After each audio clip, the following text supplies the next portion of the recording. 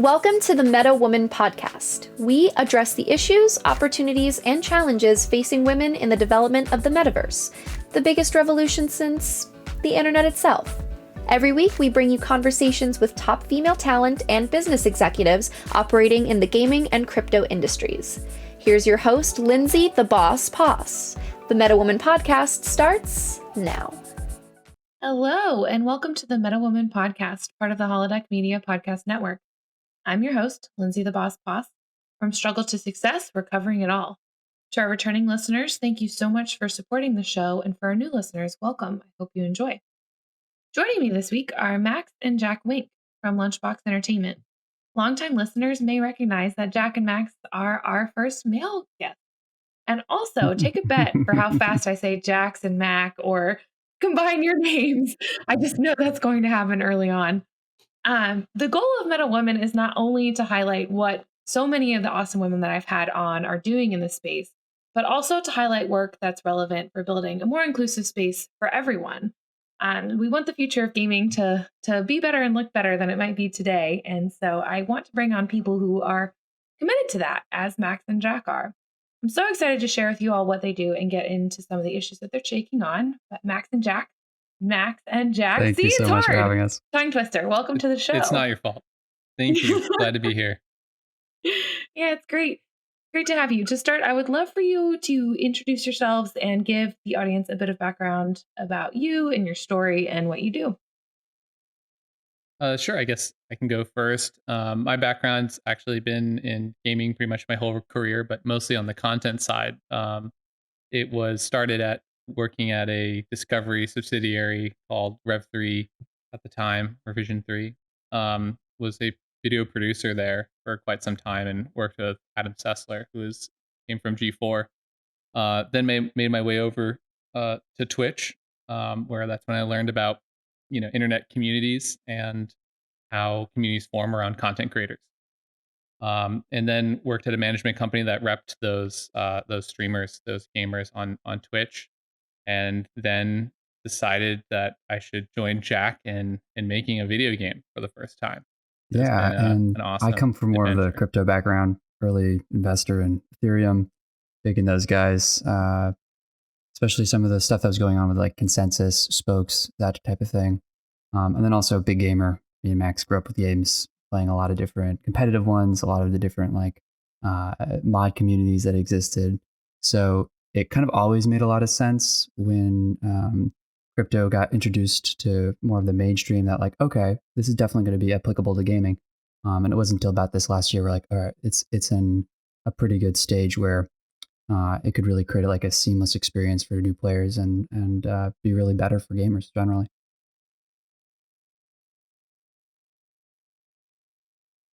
Yeah, so I want to just start and dig in with that because I know that you all are working a lot on Web3 gaming and platforms for Web3. So that's a term that's gotten thrown around a lot in the past couple of years or so. There's a lot of interest in it, but there's also a lot of, it's early. People don't know exactly what that means, what it is. So can you all talk about what Web3 gaming means to you? What is it? How do you think about it, and how are you incorporating it totally. So in your game development? I think like a really good way of understanding Web3 is kind of understand Web2 first, right? So you can even look at Web1, which is kind of a giant Wikipedia, 1991, 2004, a situation where pretty much everyone's just looking at web browsers, different web pages that people were making themselves, and it was pretty much all just consumer, right? Then you kind of had this phase of Web 2 where you had like Flash and JavaScript come out, and that really created a lot of different interactivity for different people in the internet generally. And that's kind of like what we think of it now, right? We're still in that Web 2 phase, and really in like a gaming context, I think that's really important. Where you then have situations where League of Legends, Flash games, all that kind of different stuff of how are now players interacting with games online, and basically having a circumstance where what kind of content they're paying for.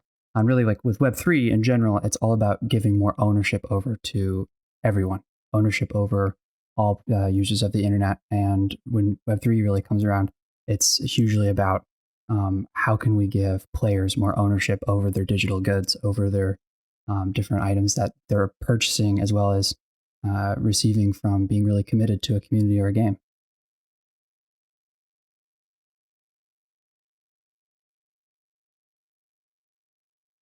Can you go on a little bit about why you chose to develop a Yeah, Web3 for game sure. instead of So using a more pretty traditional much platform? for me at least, I was a big gamer in like CS:GO, Dota 2, even League of Legends, and I think me and Max had this crazy experience where we both were playing CS:GO once, and you get these boxes that you can unlock to get skins in CS:GO, and one of the really really rare skins to unlock was a butterfly knife, right? And butterfly knives are cool because when you play, you can spin them around and look at them, and everyone's always like, "Oh wow, where'd you get that knife? It's so awesome!" Um, and in like the course of 2 hours, both me and Max got one of these butterfly knives, which is just absurd rarity. Like, the random chance of that is just nuts. And we were all really excited. And it was super cool. And it was worth a lot of money. Like after the next couple of days, we like looked it up on Steam Marketplace, and it was like worth $200 or $300. Um, but it was kind of strange because it was worth that much, but uh, we couldn't actually take any of that money out, even if we did sell it to like have it for ourselves, or even if we were to trade it, we'd have to like pay a lot of fees to Steam, which was like not necessarily a problem for us, but it was kind of this weird, strange feeling where it's like you have this community that was really like valuing something that we had that felt really cool, but it was very controlled. It was very like, I guess, quote unquote, centralized. You could think of it as, where it was like this game studio really kind of controlling something that we felt like was something that we had a lot of emotional attached to, that the community felt like it valued a lot. So that was like a big inspiring moment for like looking back and being like, oh wow, like what if you actually had players where they had ownership of the different digital goods that they think are really important for them as gamers.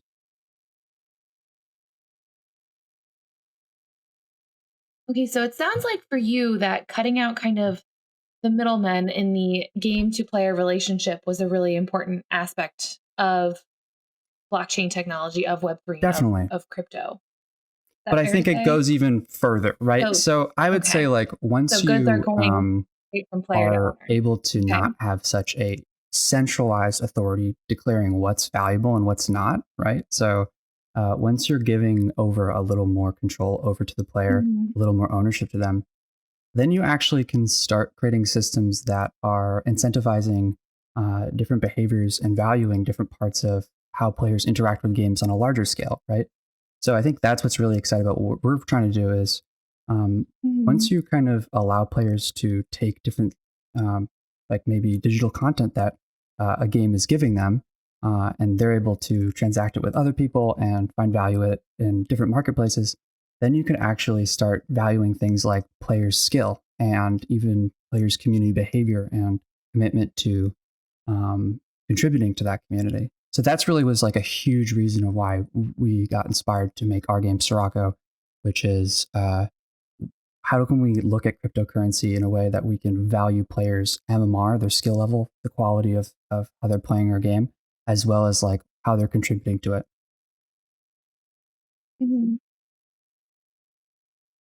I absolutely want to get into kind of the very unique mechanisms you all are putting into your game, but I also just want to make sure that there's an understanding of how this how the entire online marketplace kind of changes, because what it's sounding like to me is not only are you cutting out the middlemen, as in players and people who play the game can then own the rewards or skills or behaviors or whatever that reward might be, but also that that community is determining what those rewards are. So you're kind of changing the economies in a sense in these games from, I don't know, a one-sided interaction to a two is the best way I can think about it. Is before it was one-sided, Yeah. it was games determining what was valuable and then going through game mechanisms to sell that. And now not only are players allowed to determine what's valuable, but they're also able to create their own mechanisms to buy, sell, and trade those goods or behaviors worth value. Oh, absolutely. No, I think that's Is that 100% what it's fair to about. say? Like really, Okay.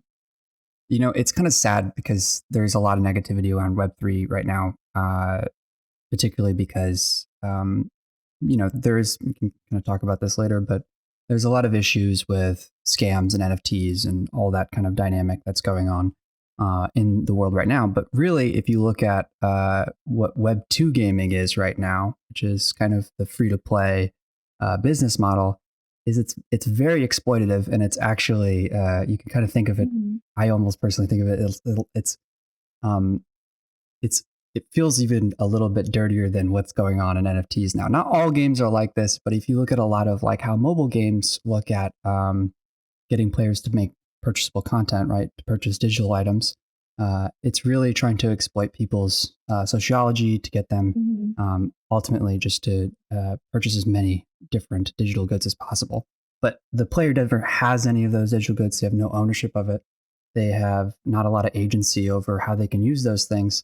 So yeah, I think for Web3, really what we're looking at it is like, how can we empower players to really um, have more agency over how they're relating to games as a whole? I think the dream ultimately is like um, players feel like they have more ownership over their time, their attention, and every game that they're playing. So it's not just one particular thing, but it's more of an equitable relationship between the two.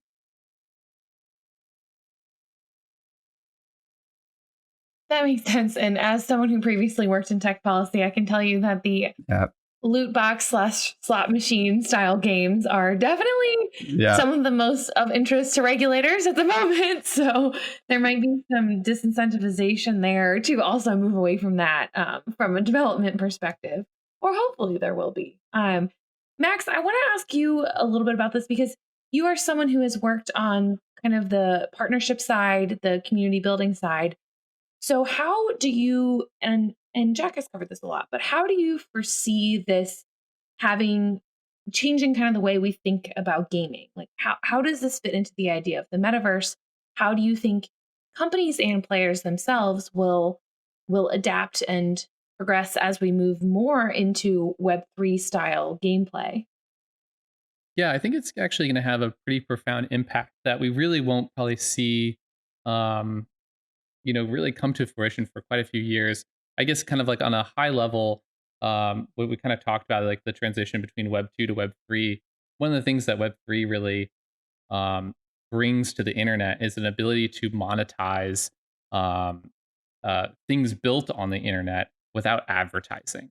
Like the big problem of Web 2 is like how do we monetize followers and people using these websites, whatever. You can put a paywall up, but most people don't like that. It doesn't seem to work too well. So like, how does anyone make money? And advertising was kind of the not the unideal solution that we've kind of just grown used to over time. Web3 makes it possible that you can actually monetize experiences and what will eventually be the metaverse without advertising. There'll probably always be advertising for sure, but it won't be the sole way or method that a platform makes money. And so I think that's a really big deal. I think that actually, to Jack's point, really empowers the community in a significant way.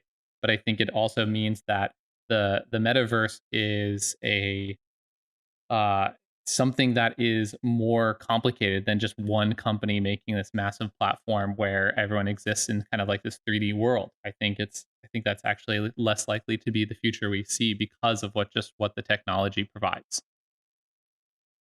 Gotcha. Can you expand a little bit on how you see companies monetizing experiences? What does that look like to you? Yeah, I think it's going to be really interesting. I think it's not clear like what model will be the dominant one. I'd say that like Axie's Infinity is a model for a metaverse. I think there's a really strong argument that it already has its own metaverse. I think the metaverse, as I see it, is not just the 3D world that I think Facebook and Meta kind of advertise to the world. And so there could be monetization structures that are similar to like in-game economies, and the company takes fees off of all transactions, and the players get to make money in some ways. But I could also see it being something maybe way more traditional and more akin to what we have in real life, where you're just buying digital products, and that's it's just a platform, and then you come and buy the things you're interested in, and that's about it, and you don't have to worry about a subscription or advertising. So the trans or the fees on oh my gosh, I just totally lost the word. But transaction fees. There we go. Transaction fees are something though that Jack, you've already mentioned as kind of a downside to what Web 2 is doing. I'm just trying to understand kind of what the difference will be in terms of protecting people who are playing. If you're Yeah. talking about So similar monetization structures, at least. yeah, so I guess that's a really good point. I think the difference is going to be in like what the fee is, the percent. It'll be a huge difference in from maybe the era of Apple and Steam and a lot of these platforms taking 30% of each transaction. That is likely to I think drop dramatically to something closer to like single digit percentages, because I think what's going to happen, my personal prediction, I could be completely wrong here, that everything's going to go to very high volume of transactions, because it won't be just buying, downloading an app or just buying a single game or some DLC content. I think the transactions will be at a very high volume. It could be every time you interact or walk into a certain location. It could also just be traditional products. I think there'll be a lot of different models, but it could be that the fee is in the 0.5% or 1% range. And it's really on the whole, the on the whole network level that Yeah, and the I think company the makes, larger issue with like a lot of the some Web 2 profit. game studios right now that we're running into is that they have uh, these downloadable content that they're selling to players, and then players are buying it. And then if a player wants to, maybe in a certain case, they have a skin, they want to trade it, they're taking another 30% cut off of that. And then you even have situations like Roblox where players are actually making games themselves, and then you have the company taking 80% or more, and that's kind of, I think, the unequitable relationship. It's not that you shouldn't be able to support the company that's creating the product, and games in the future should always be valued, right? They should be bringing in resources from players when they're building things on those platforms. But at the same time, how can we have platforms feel like, I mean, players feel like they have like their data, their time, their commitment to a game is being valued as well? And so it's really about creating a more equitable relationship.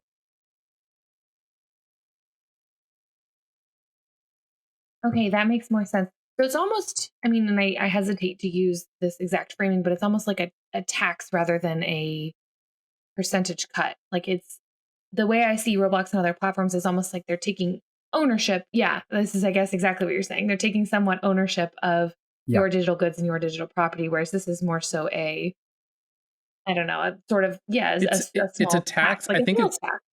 exactly. I think that's the right way of thinking about it. And then the thing that I think Jack just brought up that's really important is that Mhm. it's not all going to be, you know, uh, money lost, because I think the future is where you're actually rewarded and compensated for your own contribution to the platform or to the content that's being made. Platforms like Twitch, they have to pay streamers, money for running ads, and they have to give them a cut of the subscriptions, because if they don't, then those streamers won't be there making content. But I think there's going to be even a more equitable model where the content creators are actually maybe getting the majority of of the of that revenue, of those some of those fees, and then Mhm. the platform itself actually takes the minority cut. I could definitely see that being the future of these platforms. That makes a lot of sense. But the other thing about this is that definitely incentivizes the growth of really large platforms then. Because if you're talking about minor fees, then you do have to accrue a lot of them in order to be profitable and to continue, I don't know, making money. So I mean, everything that's been happening in January, the massive amounts of mergers, and we're seeing a little bit more concentration in in studios and companies. We're seeing companies get bigger. That's not necessarily a bad thing at all. But when you're thinking about this, are you envisioning a future where there's a lot of larger companies collecting smaller percentages? Or are you thinking of a lot of smaller companies? I And think how would those smaller companies I'll survive? just say, just to start, like, I think, especially with yeah, go something for it, like Jack. games, I think it's really important that you have content that players can purchase that they think is valuable, that supports the game studio. And that doesn't just have to be high volume. Where you want it to be high volume and something like you have these kind of fees associated with it that are more equitable is when you have players transacting content that they value themselves, whether that's like a skin that the community creates or even a skin that a game studio sells to a player. That should be more of an equitable transaction for the player to another player. I think that's the big distinguishing factor is that there has to be ways for small companies to make money, and players want that, right? That's how we look at like crowdfunding. And what was amazing about Kickstarter in the early teens, right, is a lot of players want to fund the projects that they think are really exciting and the games that they really love. So it's like that shouldn't go away. We just want to have a better system in place for when they're valuing each other's content and the content that they're creating as a community.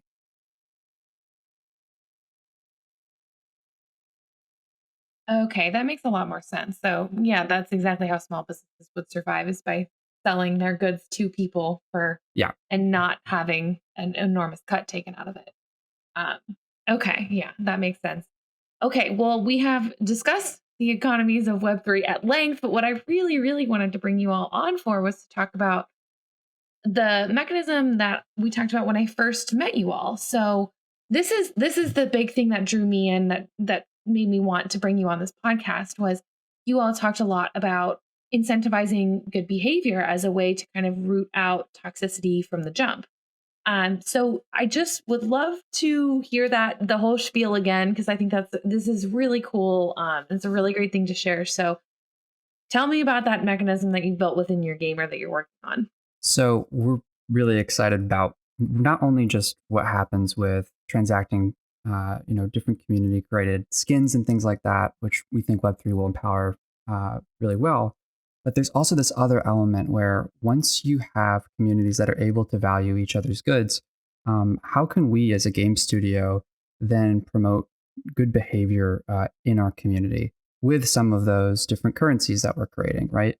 So in our game, we essentially have these rewards that you get for both being a really good player, but also for being a really well ranked and just generally a positive contributor to the community. So, like, let's say after a match in our game, you're ranked for being helpful, for teaching new players, or just for not being toxic. Those players will actually increase their quote unquote honor rating in our game and get more rewards for it. So, in our whole system, not only do you just have to be a skilled player to get the best rewards, you also have to be a positive member of your community and someone who teaches young new players how to play, as well as maybe contributes well to the forums or the discords outside of it. All of those things contribute to how us as a game studio values them in our community.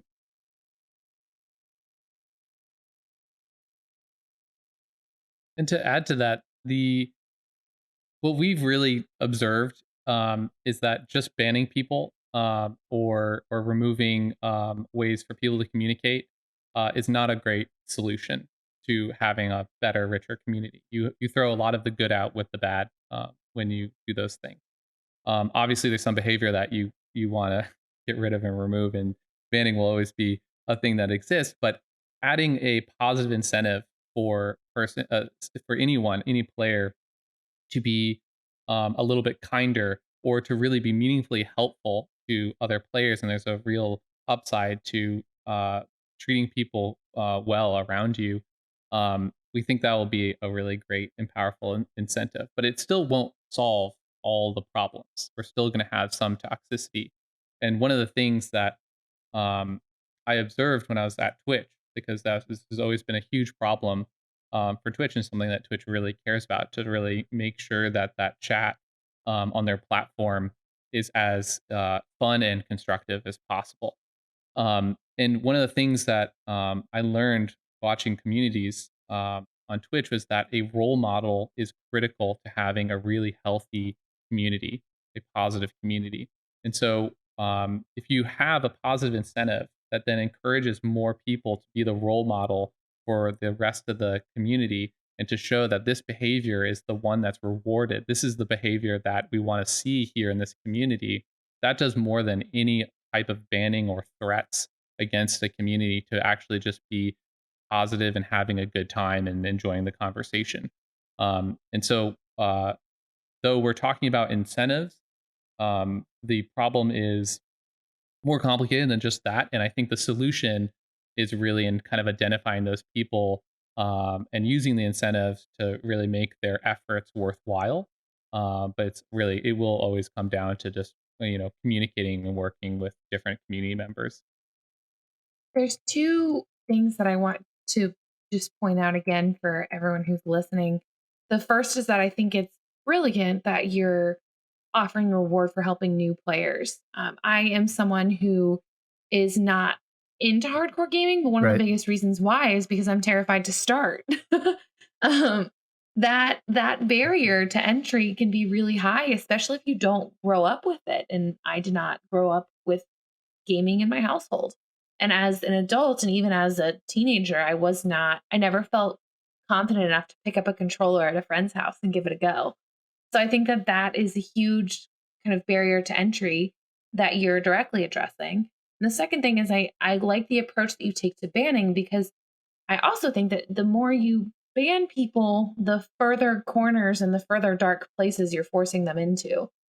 So allowing people the space to learn and grow and not just automatically assuming that everyone who does something that's poor behavior is a bad person is a good, I mean, I think that could be a lesson for way Yeah. outside of the gaming community, but that's a Yeah. I mean, it's really 'cause good way of especially with thinking games about like it. League of Legends or Dota, or which is the same genre for us. It's the biggest problem new players have is there's an incredible amount of knowledge that they have to accumulate in a relatively short amount of time just to play on the same level as the opponents they're going to be up against, right? That's kind of the bane of all competitive games at its core. So really, what the whole system we're trying to design is how do we deal with this core problem of um, new players having an easier time of uh, dealing with that cognitive load that's just so great and leads to a lot of negative behavior because no one wants to have someone on their team that doesn't know what they're doing, right? Everyone wants the player who's able to play the best and able to help them win the game. But really, what we really want to look at it is like, how can we make those new players valuable to all players, right? So that there's an opportunity for even an experienced player to teach someone and to be rewarded for that, because that's something us as a company value, you know?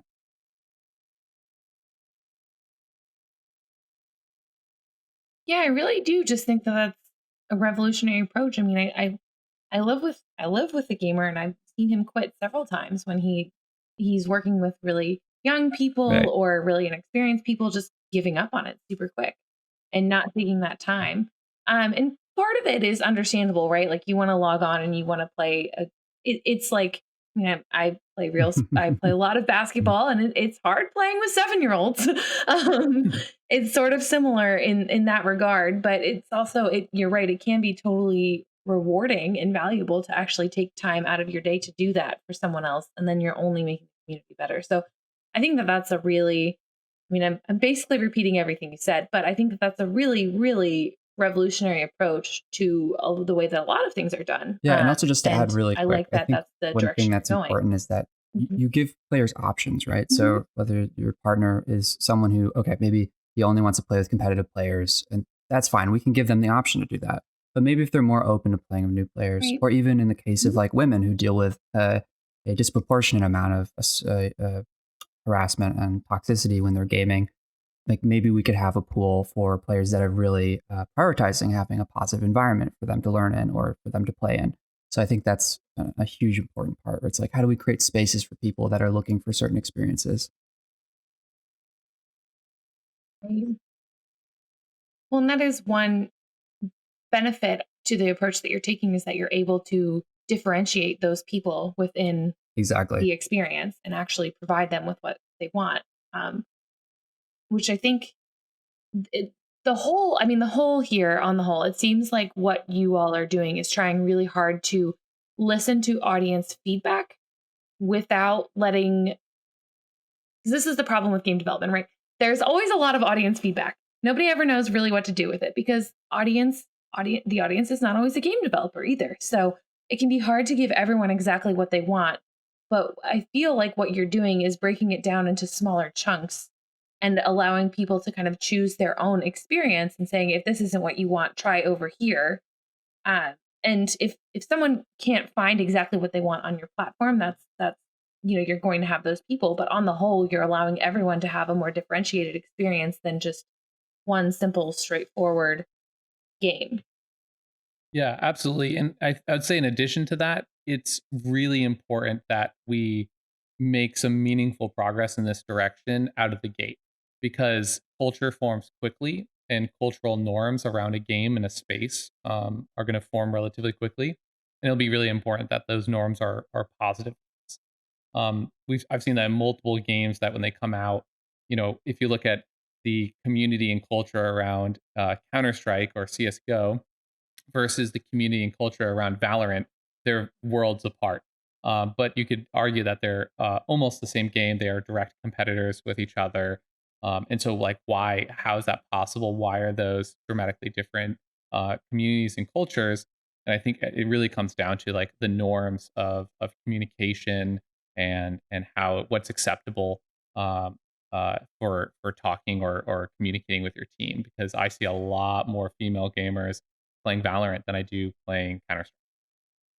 Yeah, getting into that deeper, how do you think that the environment in CS:GO will limit it eventually? I mean, CS:GO has been around for a long time. It does have an absolutely thriving scene. So I'm not trying to suggest that one day CS:GO is going to disappear because there's toxic communication on the platform. But what are the downsides to games that have been around a while that have this as a root problem versus I mean, I building think a new game? ultimately, I think they are limiting their own future growth.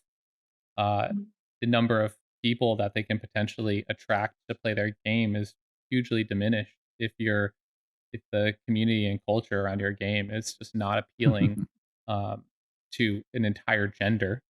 Um, like that's a huge problem, and I think it's something that I've seen a lot of game developers say they really care about, and I believe them. I really give them the benefit of the doubt that they do want to implement change, but I think it is just very difficult. And when you have a culture formed around a game for a very long time, maybe the developers just didn't know it mattered until recently. Mhm. It's really hard to change it. It, it becomes very entrenched.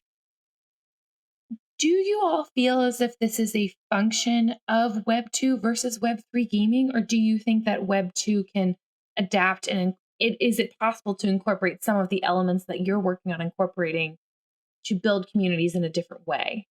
Or do you really see this more as a Web 3 is unique here in our ability to go this far with it? Obviously Web 2 can do some things, but Yeah, it's a tool. I would say it's a tool because we've Mhm. seen it in games already where it's really positive. A great example is like Final Fantasy 14 is very well known for having extremely positive community. There's a really well developed culture there, but I think the difference is that developed just because of who the people were that were playing that game. Maybe the aesthetics of the game also just narratively pushed the culture in that direction, but I think what Web3 offers is, Yeah. tools to maybe more deliberately design that from the ground up And instead of, I think one thing that needs to be recognized hoping is that that's the way this it is goes. a innate problem with online gaming. To any game deals with this to a certain degree, but competitive games struggle with it the most.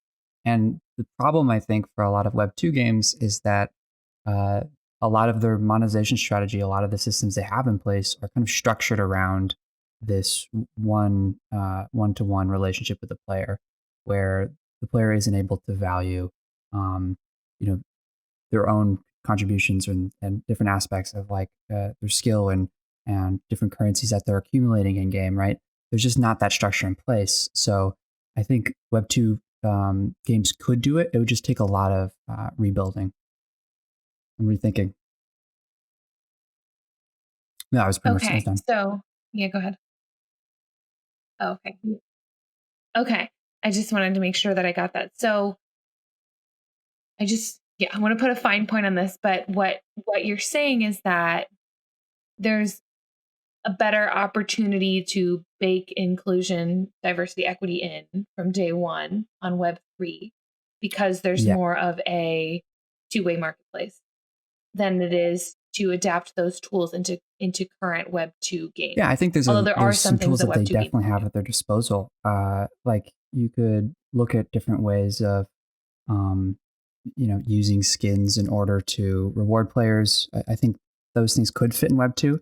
The problem is what really gives you this ability to, Mhm. I think, incentivize good behavior is having that gradient of positivity, or that ranking system where you can kind of show like what level a player is at, and for that player to feel like they have a direct way of seeing that value that they're contributing, right?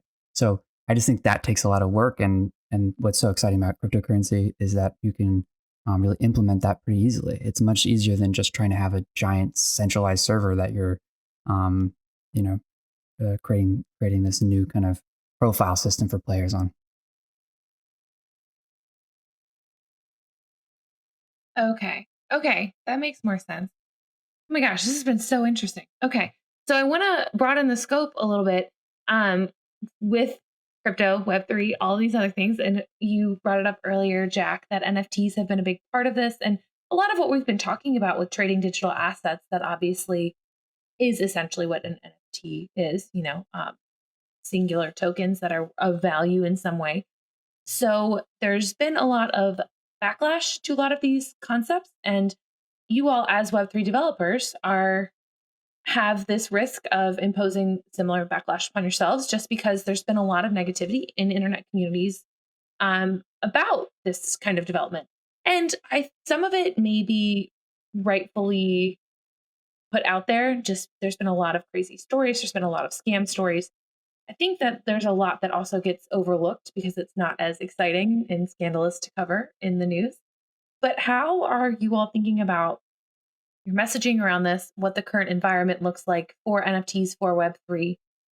Um, I don't just what are you doing to try to build your own community that feels safe and comfortable with what you're doing? Uh, I'll jump I in was going here. to say, not everyone at once, please. Yeah, I mean, I think there's a lot of this basic tools that we want to be building into our game that protect people as much as possible, so that they're not victimed to scams in the general like space and ecosystem. I think in general in games there are a lot of scams. I would say that I've myself been a victim of numerous scams in video games, more maybe the older ones like Diablo 2, where someone told me they could duplicate my item and then they took it from me, they stole it. So I think there's a bit of this has always existed in video games, but now we're all hearing about it because it's now something that can happen at a larger scale and is far more visible. But that doesn't necessarily, that in no way excuses it. I just think that's a bit of a factor at play. And in terms of like convincing like gamers that this is maybe actually good for them and the games they play, it's going to be tough because there's been so many instances where game publishers and developers have really taken advantage of gamers and their passion for a game, and either put up massive paywalls for content or microtransactions that are very predatory. So their concern, the fear, and the backlash is very warranted. So I completely sympathize. Like I'm one of those gamers who is also not a fan of those predatory, practices. And I think what I hope, at least, that Web3 has to offer, because there's always going to be a dark side to it. There's always going to be NFTs that are scams. There are going to be people that are using NFTs just to capitalize on the hype and just trying to extract more money from people. But there's also a version where, like we've talked about already, where the player gets to really have ownership over the things that they're buying. It's totally true. One of the critiques is like, well, if the game goes down, then that item is still doesn't have value. That's absolutely true. It doesn't. It's not a perfect solve. It's not like you can take your skin and just stick it into another game. The other developer has to allow that to happen. But at least that if, when we make our game, we can create skins that people can go sell. So just like the story Jack told about the skin, the NF, the knife we got from Mhm. CS:GO. We were only able to sell that, which was really cool, but we were only able to do that because there is an entire marketplace that was already built. And we were, it's a bit of a walled garden, you could say, but it was basically a good thing that there was a marketplace. But for us, we can't build that whole marketplace on our own, but they do exist out there. And so I think it's more of the freedom of choice that NFTs have to offer people. It's not, I think there is too much hype around it. There is too much overemphasis of like, this is the new cool thing, when it's actually just a kind of boring addition of technology that just gives you more choice, which is actually a really incredible thing. But the technology itself isn't really anything that someone should get excited over. It's when they get the skin that they can then take to another platform to trade, to sell or to buy. That's when it's exciting. It's because that's expanding your experience of the game. Yeah, I think it's such a great point that it's really a tool for games going forward, and it basically is just making what already exists with downloadable content more useful for both the developers and the player. Right? What's really cool about us as developers too is we can make these skins, if they're NFTs, have data associated with them, so they can track different stats. They can change if they have certain stats associated with them unlocked. Like there's a lot of really cool options for us as developers once we make them. So it's less so much about uh, just having the idea of NFTs and selling them somehow makes your game good. That's not what it is at all. And I think part of the issue so much is that a lot of the critiques you hear about NFTs are good ones, right? But to me, they're less about NFTs or crypto itself, and they're more about like culture or even like how capitalism wants to value certain things, right? Like art is Mhm. such a weird circumstance to value, right? Like this is a classic issue that we've dealt with as a society for hundreds of years, right? Like how can Picasso just put a line on a piece of page and sell it for millions of dollars, right? It's Mhm. kind of like Pokemon cards. Let's look at like Charizard selling for hundreds of thousands of dollars, right? So I think those things are always going to exist and be a question that we're asking ourselves. But I don't think NFTs are the issue. That's how we relate to them. Yeah, I think that's an extremely fair characterization. There has been a lot of hype and a lot of negative stories, but that doesn't, yeah. I actually like the qualifier that the underlying tech is fairly boring. I think that that's a really actually good way of thinking about it because you don't really have to understand centralization versus decentralization in the web space and in connectivity and in networks to just log on to a game and play it, and realize that that's a completely different experience than the one that you've had. And I don't think anyone, when Web 1 turned into Web 2, I don't think a lot of people jumped up and said, oh, now we're in Web 2. Or at least Yeah, if they exactly. did, they have not lasted the test of time. So I don't think, I mean, I certainly didn't know that Web 1 or Web 2 existed before Web 3 started becoming a term that everyone threw around.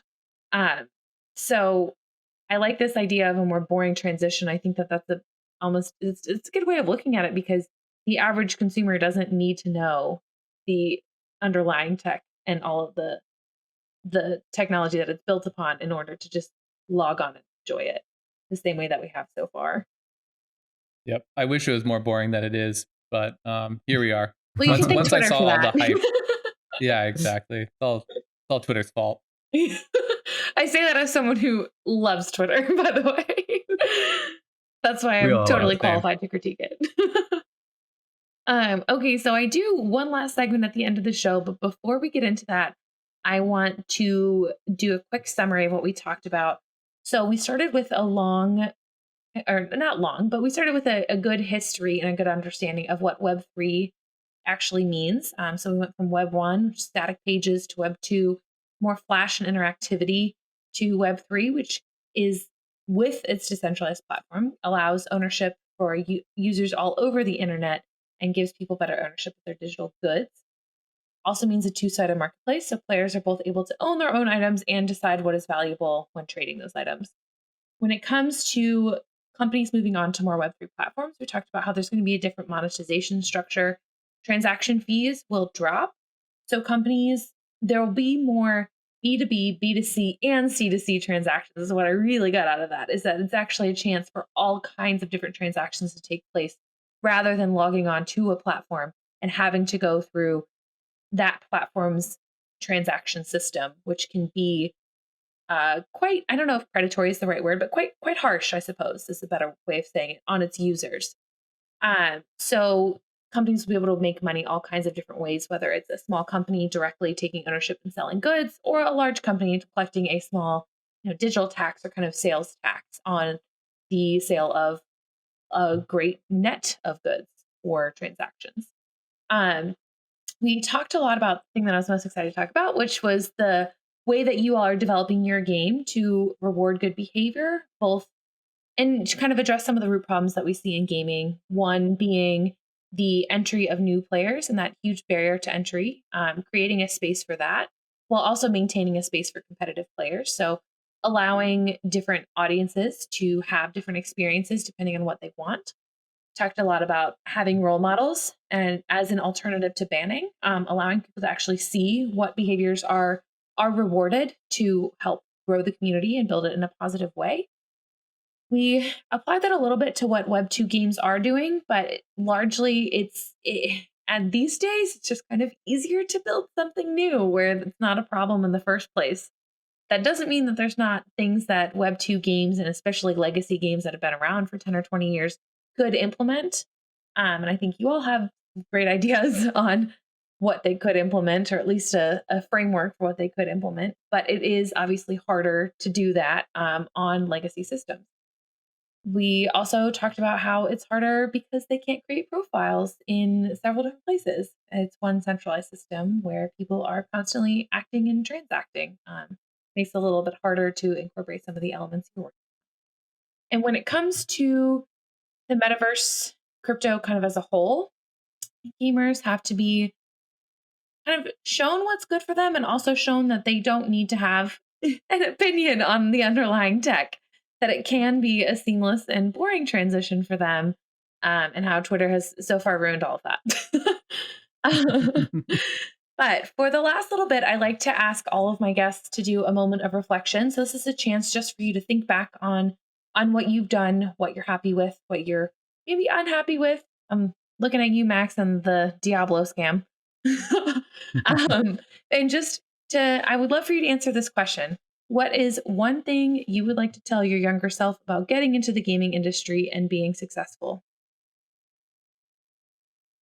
I mean, I guess I'll say related to the Diablo scam, I am Really kidding about really that, by the great. way. Yeah, yeah. I'm really grateful for all those experiences in gaming. At in the moment, I was pretty bummed out, but ultimately, all of gaming has taught me more about the future of the internet than I ever could have imagined.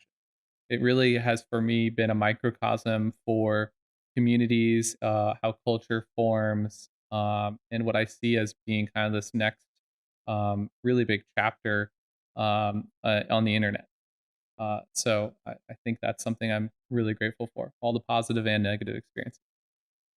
Yeah, that's such a good point. I think similarly too is trusting that what you believe is good, particularly from like a mechanics point of view, going into the future is going to be recognized by the communities of the internet. Like if you have a great game that you think is really fun and your team and your friends really believe it's great as well, the world's going to recognize it. And I think that's something that's really exciting about nowadays, where it's not going to be so much of you having to convince VCs or going to a publisher and being like, hey guys, make sure you like our game. Like this is going to be the next Call of Duty, right? Like it's a different place where you can actually be recognized for the design work you're doing. It doesn't need to be always pretty, but it can still be a really excellent game. And that's something I just think people should really know and understand being in the industry.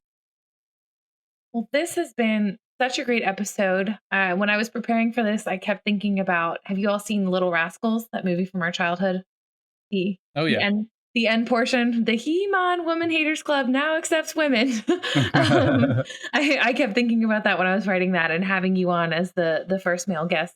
One of the things that we talked about in our chat the other day was that there's been a lot of women who have been in male dominated spaces, and that's been a really difficult experience. And I just appreciate that you have come into this space, which presumably is female dominated, and shared what you're working on. And I think that I really think that things that you're doing are extremely unique and hopefully have an impact on some of the other issues that some of the other guests have brought up. So thank you for doing that. I really appreciate it. And thank you for your time. Where can people find or follow you if you want to be found or followed? I guess since our game is still a little bit in stealth mode and hasn't fully been announced, maybe a decent place is you can follow myself on Twitter. I'm at Maxwell Wink, and any relevant announcements to our game will also be retweeted there. Perfect. Yeah, and it's such an honor to be here. I mean, it's really cool being your initial males on the podcast. I think it's been a really blast talking about this stuff. Perfect. Well, thank you guys so much for all of our listeners. Leave 5-star ratings and reviews. You know the deal. Check out other Holodeck Media podcasts, including Meta Business for all the metaverse finance stories you could ever want, Business of Esports for interviews with industry leaders. I'm on Twitter, Instagram, and LinkedIn at Lindsay Poss, and you can catch me Wednesday nights on the Business of Esports Live After Show. You can catch this podcast in your feed every Tuesday, sometimes Wednesday, depending how the week goes. We will see you all next week. Thanks for joining us here on Meta Woman. Make sure to subscribe to this podcast everywhere you get your podcasts, leave a 5-star review, and tell your friends, family, and colleagues all about us. Also, make sure to follow Meta TV on all socials to get more of the best metaverse content anywhere. Tune in every week for another episode of Meta Woman.